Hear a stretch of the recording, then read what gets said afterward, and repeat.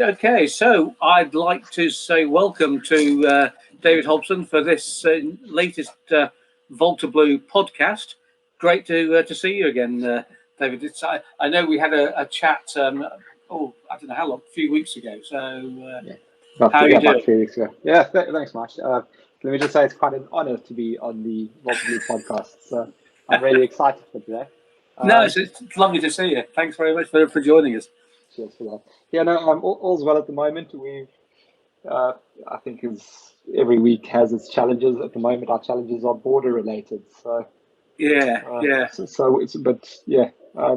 outside of that and the lockdown issues, yeah, all good. You're getting through. Great stuff. As good as we can be. Well, absolutely. We've got to keep a positive spin on things, I know. But I know for people who are now listening to this podcast, they're probably wondering at that South African accent you've got. And I guess because I know you came from a sort of very much a rural agricultural farming background, and I suppose that the first question I've got for you is how on earth did a young farming lad from South Africa end up here in the UK? Did you want the full story? Oh, absolutely, yeah. I'm glad to see you. Glad to hear the South African accent is still lingering. That's. I mean, how I got to the UK. So, like you've alluded to, grew up on a farm. Went to a local boarding school in the middle of nowhere in South Africa. When I matriculated, I moved to our nearest large city to study at university. How in depth do you want me to go on this? Do you want me to sort of accelerate through to the moving to the UK part? It's entirely up to you. I'm just in. I mean, I think people listening will be intrigued because I mean, it's South Africa. For most people, South Africa is still a bit of an unknown. I mean, I know most of us have travelled around, but even so, South Africa still is one of those big areas that I think people have images of lions roaming, and they're also aware of people like Nelson Mandela. But I'm guessing that for most people, they have very little understanding of what normal life is for average Joe Soap living in South Africa. Okay, fair enough. Well, I mean, just to give some context, I guess, when we say I grew up in a rural farming background, that doesn't mean mud huts and completely isolated from the world. I guess it's we have electricity and roads and telephones and internet and the general things. But yeah, so grew up on the farm, and like I said, went to boarding school throughout my schooling career, just because our farm was about an hour out of town. So from the age of 6, I think, when I started school, we'd be dropped off on a Monday morning at boarding school, and then we'd get picked up on a Friday afternoon to go back to the farm for the weekend. And half of that time on the farm would be spent probably working on the farm. Yeah, pull your weight there, no doubt. Yeah, exactly. Yeah. In South Africa, I mean, we do have what would globally be considered really relatively cheap labor. So I think it's a little bit different farming in South Africa as opposed to the UK, where on our farm we have about 8 staff members to help out on the farm, which is probably quite a lot in comparison to a farm in the UK. I mean, in terms of farming, what are you actually farming out there? So where we farm mostly livestock. So right. we farm.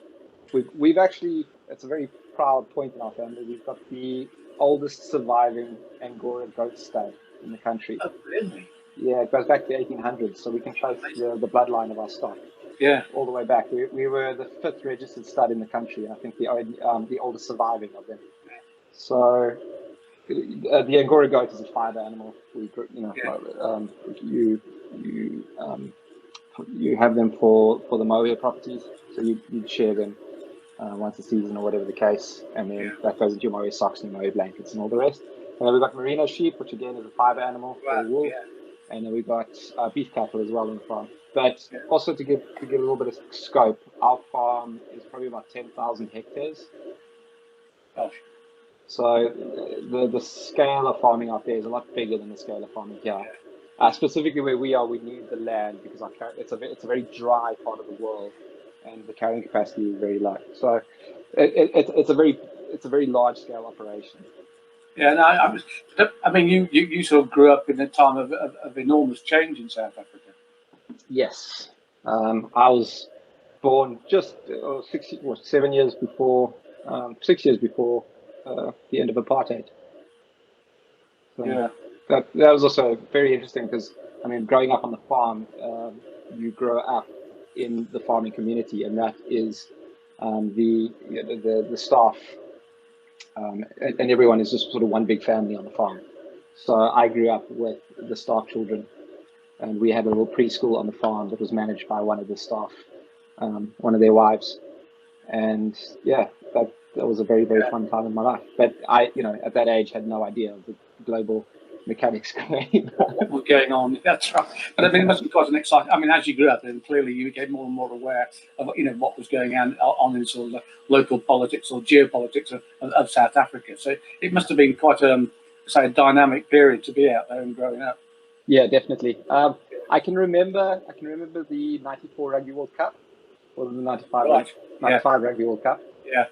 And I can remember that being a massive deal. I can't remember the game itself, but I can remember the atmosphere around that day. Yeah. And being in our lounge and everyone just so, we had it on TV and everyone was just so invested in what was going on. And, I didn't understand the larger picture there, but there was a larger picture. Yeah. Well, And, yeah. No, even as a non-South African, I mean, watching the game, I mean, which I did, it was exciting because whilst South Africa as a rugby nation is well recognised, it was also particularly exciting because of what was going on, and I think all of us were had invested in that energy that we saw. I mean, there was a fantastic story going along there. With Mandela just having come in, the Springbok badge at the time being seen as quite a apartheid era symbol, and him using it as a unifying force. I think it was a stroke of genius on his part. It was very clever, yeah, and it worked, and I think it reinvigorated not just South African sport, but I think it had a huge impact on world sports actually, and rugby obviously in particular, which was to everybody's benefit. But I mean, just sort of going on a bit, I mean, your first career choice, if that's the right word, you were actually going to go into construction. Yes, I left school not really knowing what I wanted to do with life, but my dad had given me the ultimatum that if I take a gap year, I'm on my own. Good luck. If I decide to go straight to university, he will fund my education. So I kind of had to stumble into something. Yes, Hobson's choice, dare I say the words there. Exactly. So I had a friend who was studying construction management, and he told me it was a pretty good thing. And I was used to working, doing more sort of, not that construction management is a physical job, but I was used to sort of more physical labor from the farm. So I was like, okay, cool, maybe I'll enjoy construction management. So I went to university and did that, construction management and quantity surveying. And I went on and did my honors. So it was a 4-year course. And as part of that course, we had to do a practical year where you do a year working for a company, and there's various projects you've got to submit through the year. And it was during that year that I sort of realized this isn't something that I want to pursue post-university, but I could still see value in the course. So I think at the time I was aware enough to see that you gain certain value from university other than what you're studying. It teaches you, it gives you a tool set on how to approach problems and solve problems, and just take on certain aspects of your working life. So I saw that through, did my honors, leaving knowing that I wouldn't go back, I wouldn't actually go into the field, and from there found my way into a soybean processing plant as sort of a junior factory manager. That may be even too lofty.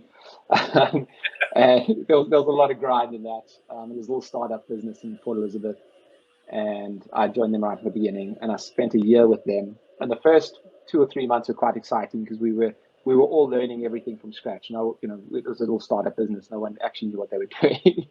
So it was all quite exciting until we got into the rinse and repeat cycle. And then I sort of lost interest again. And at that point, my partner, my girlfriend at the time, who's now my wife, Sam, she was living in Cape Town, and we were doing a long distance relationship. And so I decided I was going to leave this company. I was going to move to Cape Town and see where life takes me. Just, throw caution to the wind and see what's next. So as part of that move, a mutual friend found out I was moving and said that there was a bit of commission work up there that way if I wanted it. So managed to start off with them, just doing some sort of part-time work for them, just earning commission on the side until I could find something that I wanted to do. And through doing this commission sales work for this mutual friend, I sort of learned more about their company and the other products they did, and I saw an opportunity there for myself in the Cape Town region. And I ended up 3 months later becoming a full-time employee of theirs, starting up the Cape Town branch of what was then Instalec and is now Rea Jet South Africa. So the products I then started looking after were more capital equipment. It's what I do now. It's what we call it coding and marking, industrial coding and marking, but it's applying any kind of variable data on manufactured items at the point of manufacture. So a best before date on a food item, as an example. And so I started doing that, found I wasn't all that bad at it, did it for 3 years and managed to grow the Cape Town branch. And then my wife and I decided that we needed a change of scenery once again. Well, Sam and I actually got married just before we moved over, but that was all sort of in the way. And yeah, so we were, I mean, to come back to your very original questions, how we ended up in the UK, is we were living in Cape Town, and life was pretty good for the most part. I mean, I'd sort of built up a nice bit of momentum in Rea, and that side of things was very good. Cape Town is a magnificent city to live in. Yeah, I've heard great things about it. Yeah. Oh, it really is a wonder. There's just so much there and such a great culture and energy about that city. So we knew it was going to be sad saying goodbye to it, but we've gotten to a point in South Africa where we had good lives, but the day-to-day political news was just grinding us down. There wasn't a lot of optimism in the country. There was a lot of tension around different issues. And we just felt like we wanted a fresh start. We just wanted, somewhere where we could feel like we could breathe again, because it becomes quite stifling when you're in the middle of that. And so we considered our options, and our options were either the UK, because my wife and I, both of us, have similar instances where our grandfathers were born in the UK, so we could go the ancestral visa route, or to the US, where my cousin, who used to live in Cape Town with me, he had moved to the US with his wife and started up a brewery. And he wanted me to come brew beer with him, and I was very keen on this idea. But I can understand that. I'd be very keen as well.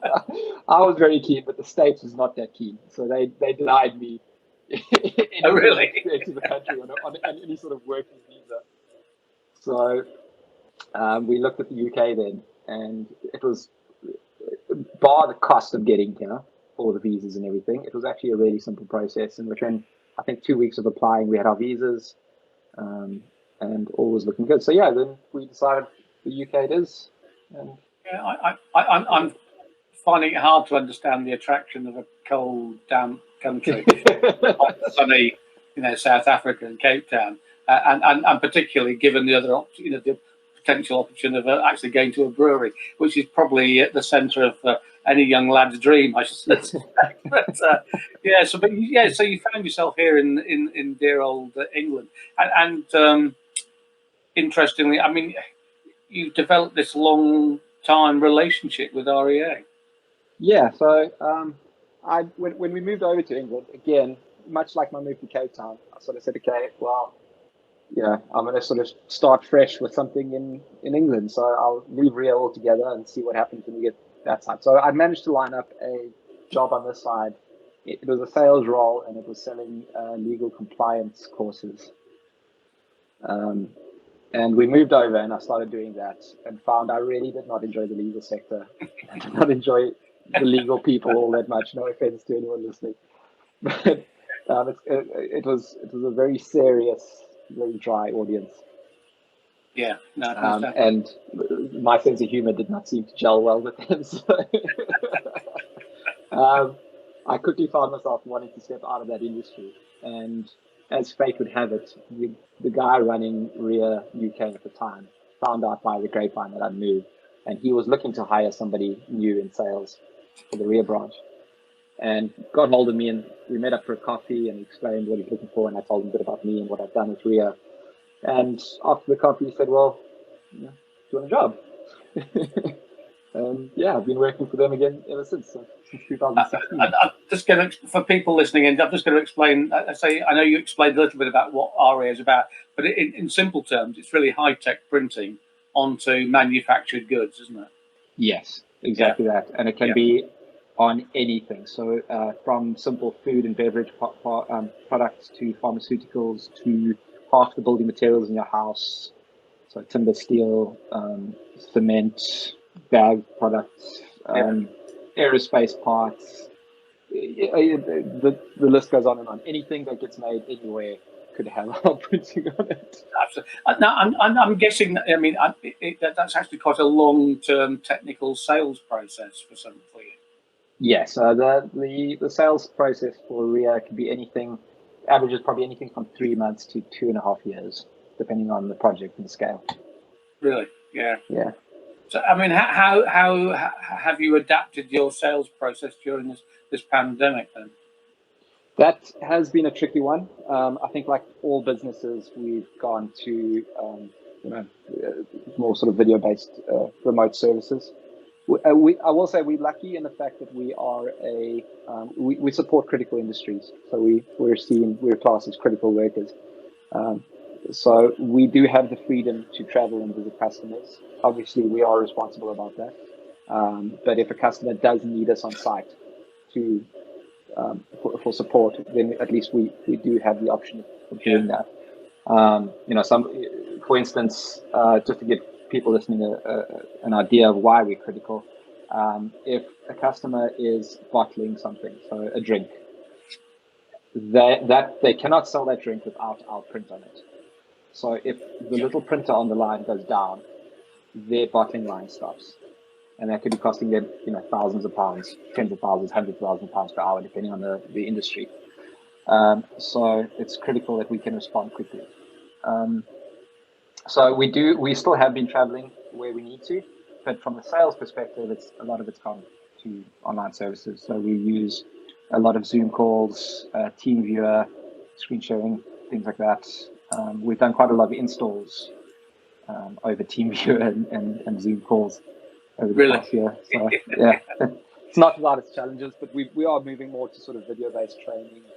And the like. We're also exploring some quite innovative solutions around that, like the Microsoft HoloLens,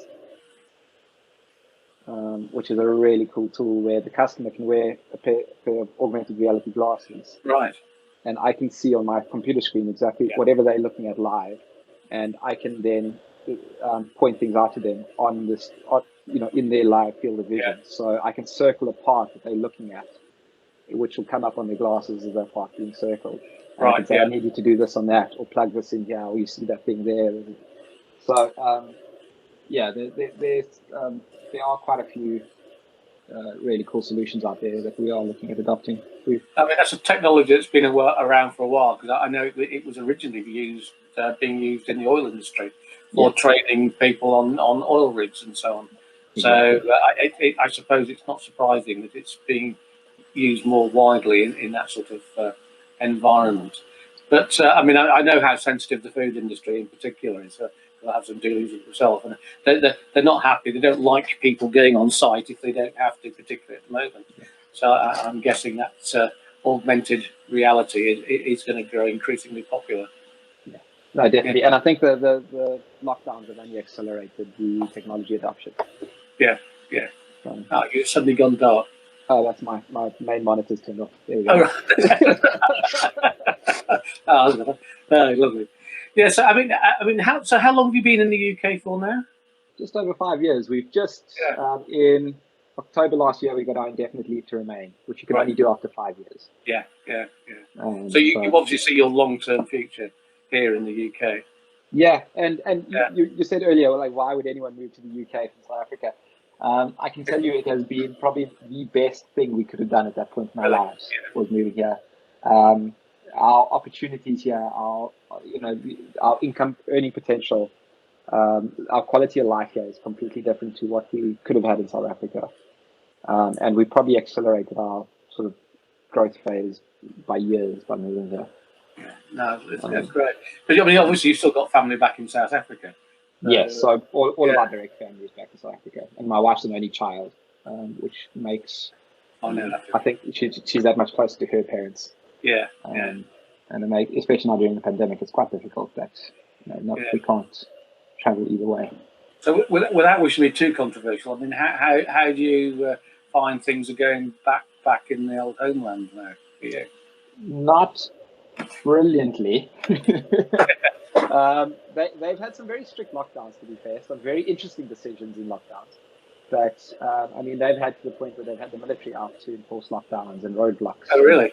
Yeah. What I find in the UK is interesting is the government will ask the population to do something, and it's just kind of expected that we do. As we've had to travel across the country during lockdown for work, I haven't once come across a roadblock or ever been challenged on why I'm traveling or anything like that, because it's just an understanding that everyone sort of toes the line. Where in South Africa, I think they need to just be a little bit more present. Well, I mean, first of all, I'm not sure our police forces on the whole are actually big enough to do too much in terms of way of roadblocks. But I know they've put them up in places like Brecon Beacons and Snowdonia and so on.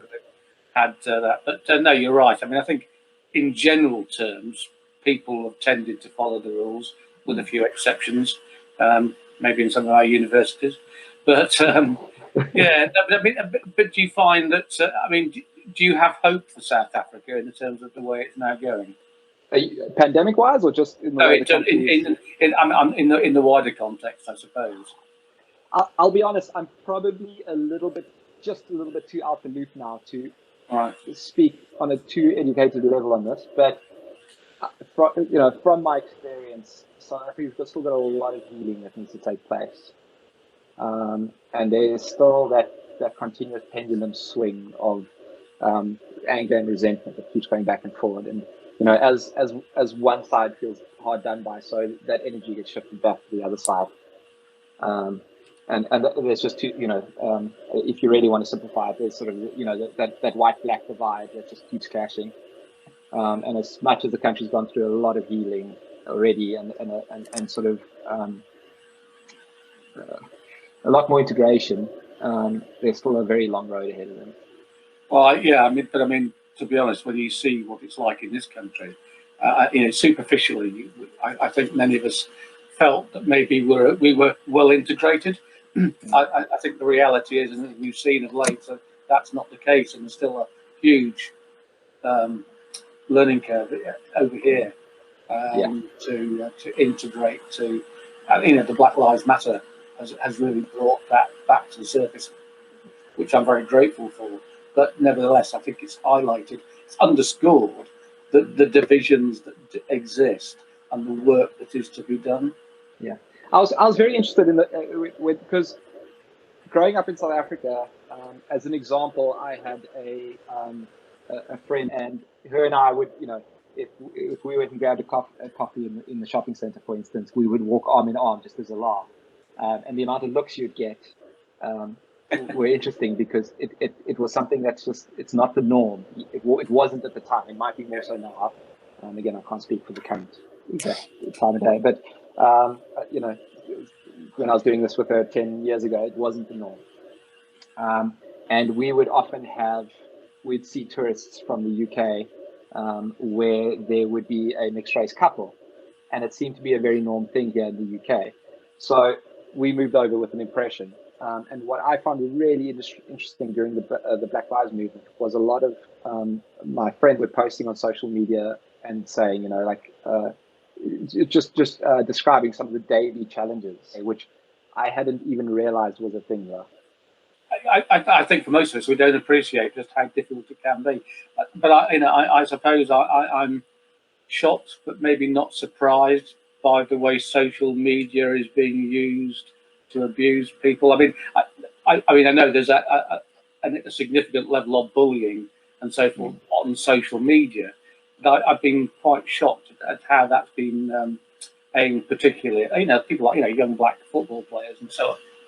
Yes, and I think I was listening on the radio the other day, Marcus Rashford talking about the level of abuse, and it's just crazy, especially somebody like Rashford who's in a very public position, who does a lot for his communities. Absolutely, I mean, he's a positive role model. Yeah, a hugely positive role model. Why would somebody like that be subject to abuse? What I've found quite surprising is that when people have, if you like, come out into the open as in terms that they have misused social media, they often seem to be terribly surprised at the reaction to people to what they've said, and when it's been highlighted to them, they actually feel quite shamed by it, and yet they still do it, and I find that quite difficult to understand. I mean, there's a huge debate at the moment around anonymity on the internet, and how anonymity empowers abuse. Yeah, and I suppose some of it's been brought to the forefront by what happened over in the States, and the fact that certain people of interest had their accounts blocked, and the argument that's brought up about free speech, and should social media have that kind of power, etc., etc. Yeah, I don't know what the answer is, to be honest. No, nor do I. I don't presume myself an expert on certain matters. But I'm particularly. I suppose I was interested to hear your views, because having come from a country that had apartheid and so forth, so you saw that significant change, and how you therefore your perception of the UK before and now you've experienced it for a number of years, and whether reality matched perception. I think it does when you're not. It's easy to be oblivious to the suffering of minorities within the country, because not being part of the majority, you just think everyone experiences life the way you do. Yeah. And it's only when people actually take the time to point it out that you realize it's not the case. So I can quite easily, blissfully go on thinking life in the UK is dandy, and that everyone, it's equal for everyone, and everyone lives the same. Whereas in South Africa, it's a little bit more stark. Yeah, no. And there's very much a clear wealth division as well, which is part of the big problem in South Africa, is how do you fairly redistribute wealth? And that's something that the country's been grappling with for years, and will continue to grapple with for a long, long time. But that remains one of the key obstacles, is how do you create a middle class, a broad middle class in South Africa, because some person with a lot of wealth is going to have to give that up, and they don't want to do that. And then it's also, but I mean, in a different way, we have the same problem over here, I guess. I mean, there are significant wealth divides, but there's a broader middle class in the UK. There is, yeah. Although I think that term is often misused. I think the crossover between working class and middle class is quite often a very blurred one, and each uses a description when it suits them. Yeah. The number of politicians that would class themselves as working class, and to be honest, they've never seen. Oh, good Lord. And I find quite remarkable, actually.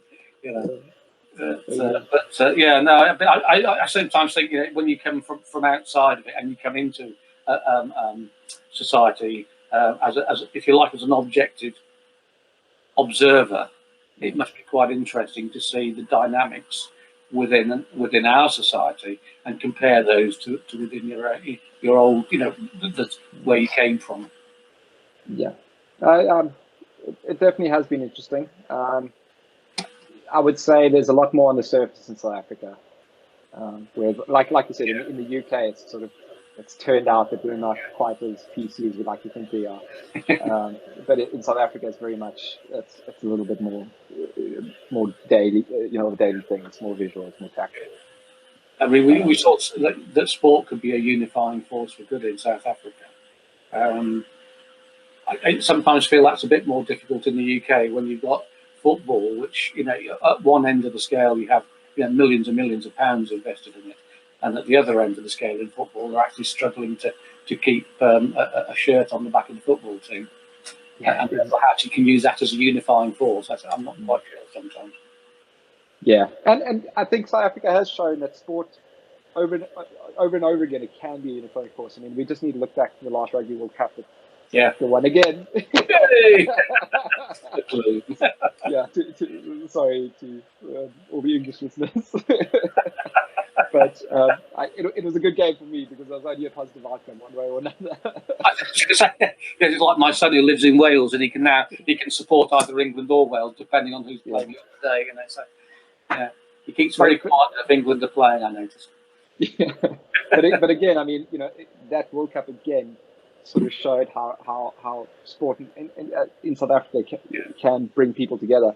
But unfortunately, the effect only lasts so long. Yes. Yeah.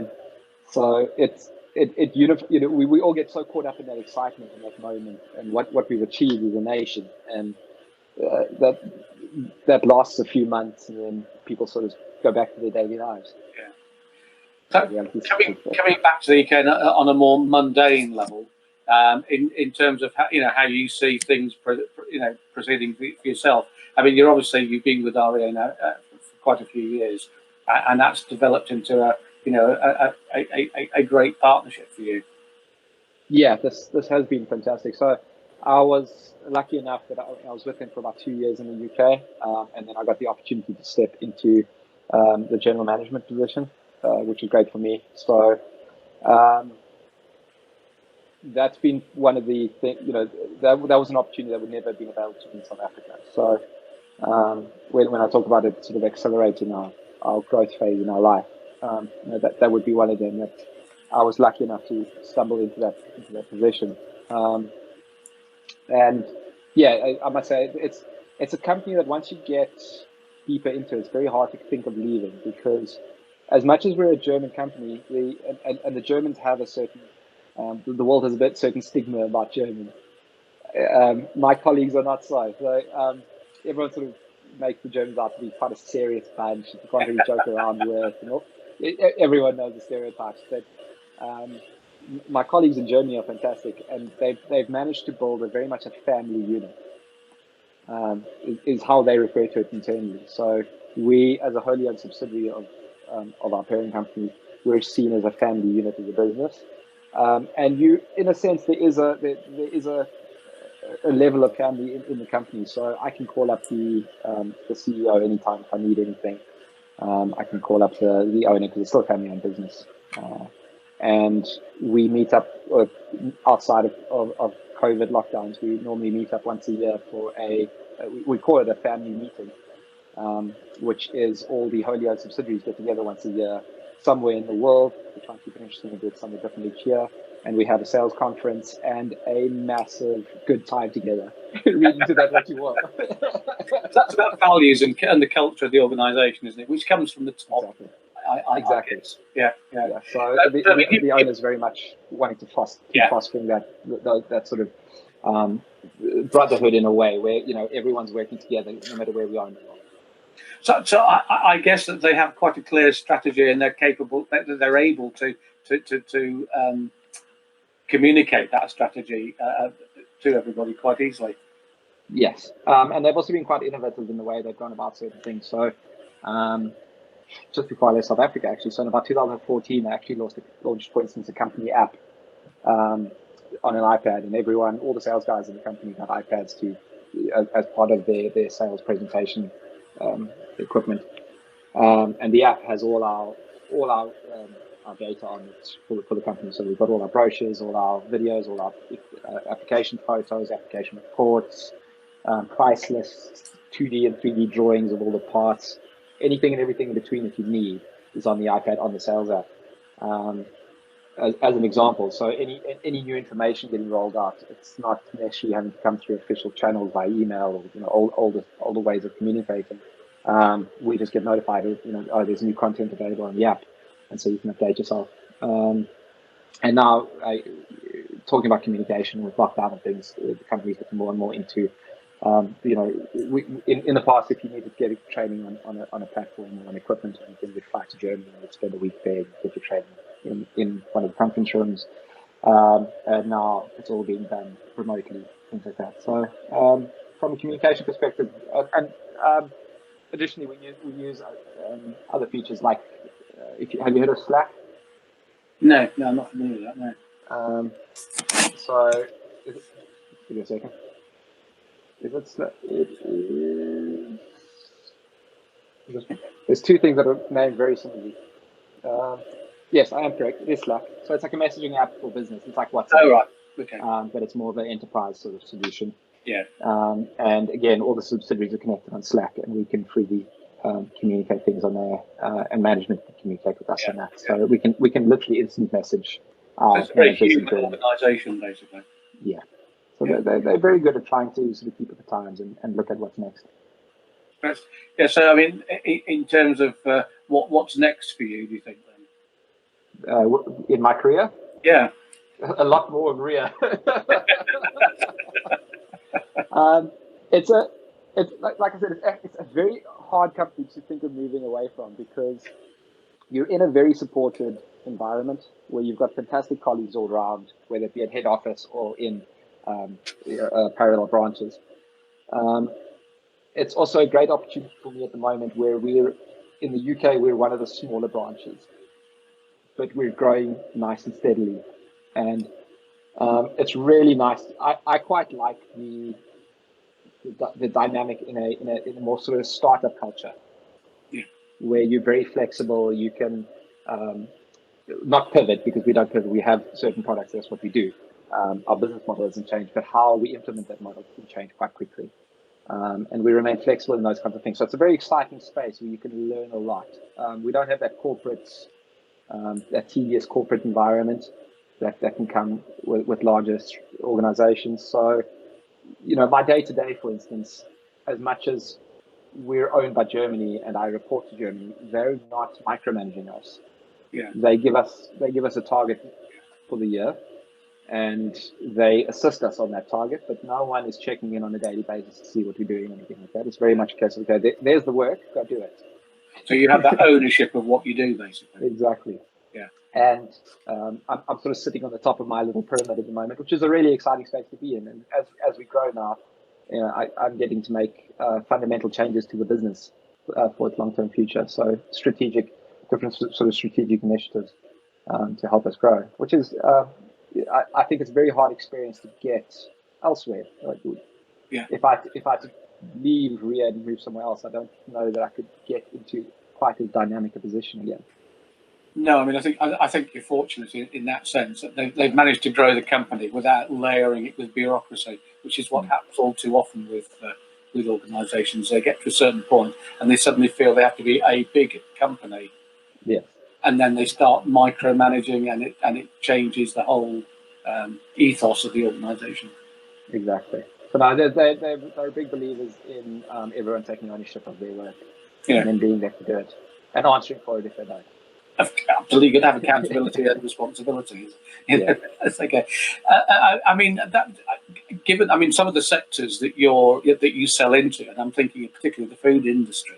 I mean, clearly, some of those organisations are not renowned for being dynamic. So that must be provide quite an interesting,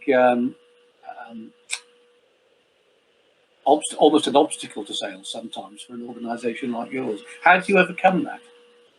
It is a challenge, I'm not going to lie. I've also found in the UK, and it depends where you are, but there's a real resistance to change in business. There's sort of a culture that exists where it's easier to justify going with the solution you already know, rather than taking a risk on something that could be better, but could also backfire. So it is very difficult to get through the door. And then layered on top of that as well is in our market, there are two homegrown brands in the UK where their head offices are in the UK. They've been in the UK for many, many years. And they very established and own a very large percentage of the market. So you're dealing with, you're up against that sort of UK homegrown industry, and where they're very entrenched in businesses that aren't all that excited about change. I mean, I think I think a nice way of putting it is that UK companies are very conservative in their decision making. That would be the word. That would definitely be the word. But yeah, it's where we tend to find success is we have very much a hands-on demonstration model. So we will come in, introduce ourselves, tell you a bit about us, and then we will be seeking that opportunity where we can actually do a on-site demonstration.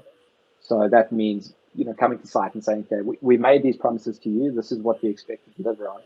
We'll put the equipment in for a period of time, and we'll prove that delivery. So we try and overcome this by taking out the risk for the customers. Yeah. So they get to really get to know the equipment and its delivery before committing. I'm guessing quite a few of your clients have been affected by the pandemic in a negative sense. Yes, especially in the very first lockdown, when non-essential manufacturing needed to close. A lot of our customers in the building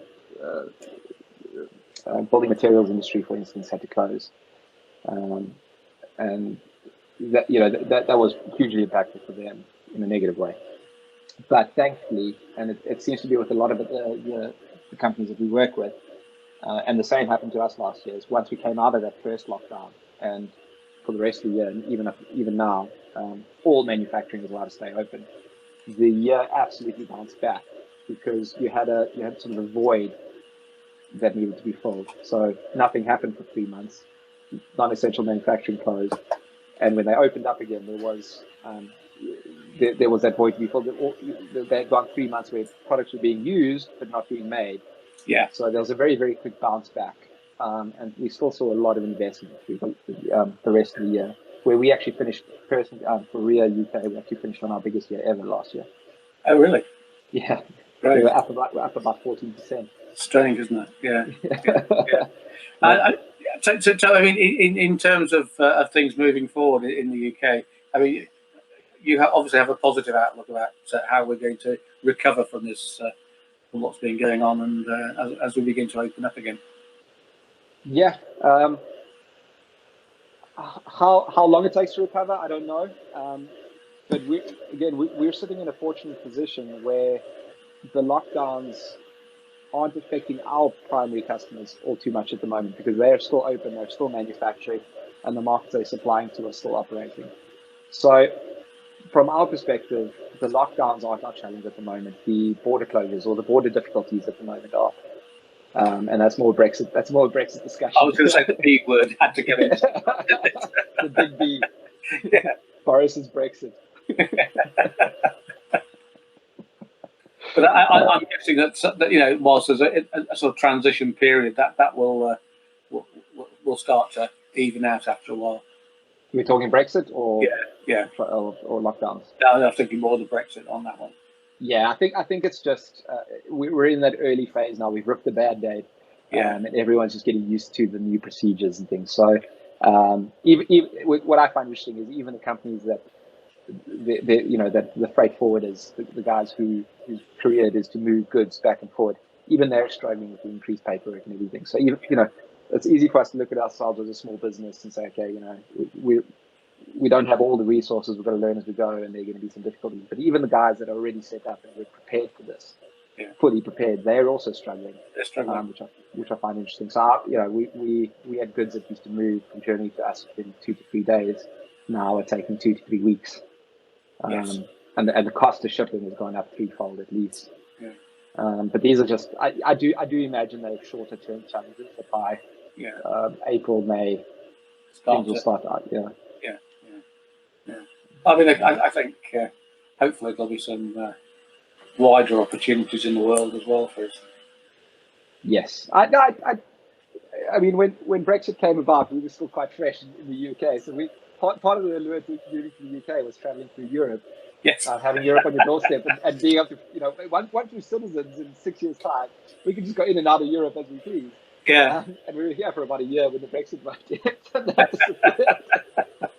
But So, coming from South Africa, we were, and not knowing the full dynamic of things, we were quite keen on staying within the EU. And we were quite heartbroken when the vote came out that we were going to leave. But having gone through the process and accepting that Brexit is a reality, and it is what it is, isn't it? That's and rather than fight it, we should all get on board with it and try and turn it into a force for good. So see the positives in it and really work towards those. And I really can see a lot of potential positives for the UK. And I think we're already seeing one in the vaccine rollout.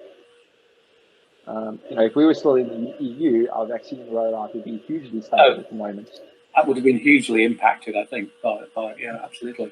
But not being in the EU and being able to make our own rules on that, we're one of the best countries in the world at the moment for vaccinations, I think. Yeah, we're well placed, I think, to get through things. I'll be honest, I was a Remainer, but as was I.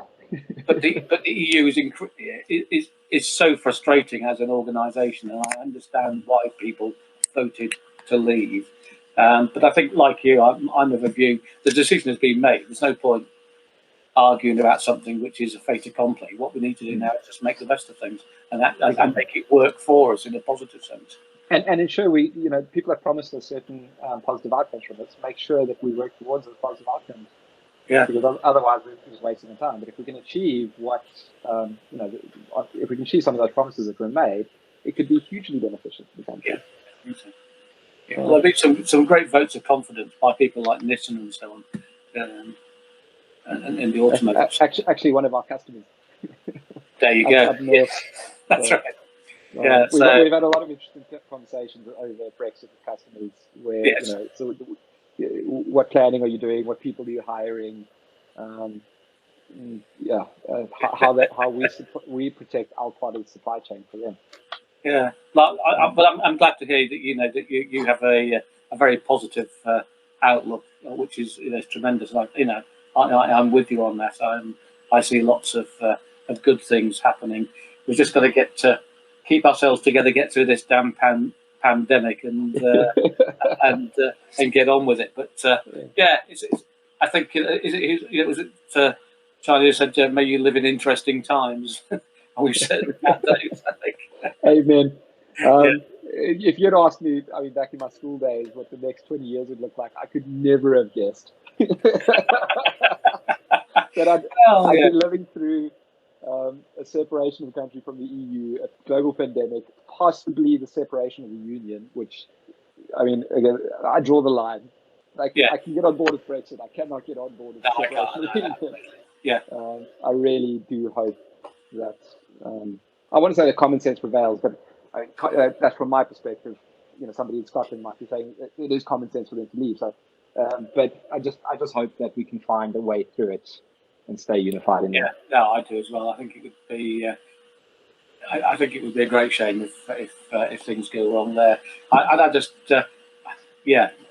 won't use like you won't use the word common sense, but I just hope that people recognise that the strength of the union far outweighs any negative stuff. But and I really do believe that.